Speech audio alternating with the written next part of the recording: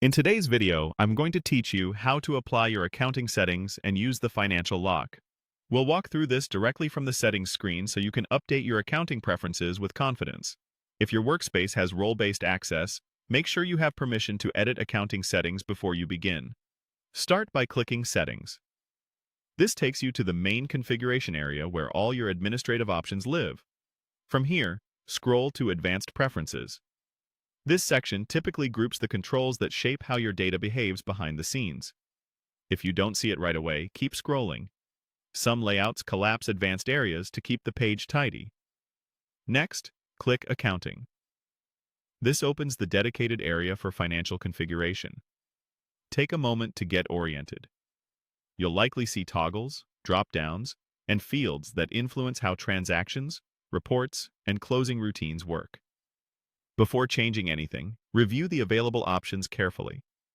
Think about your reporting requirements, your external accountant's needs, and any compliance rules you follow.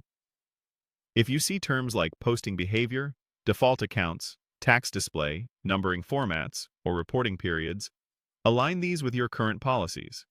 When in doubt, stick with documented standards your team already uses, and avoid making changes mid-period unless they're required. You'll also find an option to set a financial lock.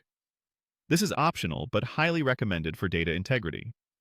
A financial lock sets a cutoff date that prevents edits, deletions, or backdated entries before that point. Choose a date that corresponds to the end of your most recently closed month, quarter, or year, whichever cadence your organization follows. This helps protect finalized results, ensures prior reports remain consistent, and reduces the risk of accidental changes to historical data.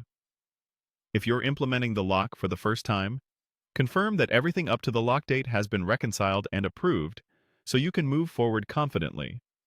Once your selections are exactly how you want them, click Save Changes. Look for a confirmation message so you know the system has applied your updates. If you navigate away without saving, most platforms won't keep your edits, so make this click your final checkpoint. That's it. You've opened Settings, navigated to Advanced Preferences, entered the accounting area, reviewed the options, optionally set a financial lock, and saved your changes. Your accounting settings are now applied, helping standardize your financial workflows and protect the accuracy of your books going forward.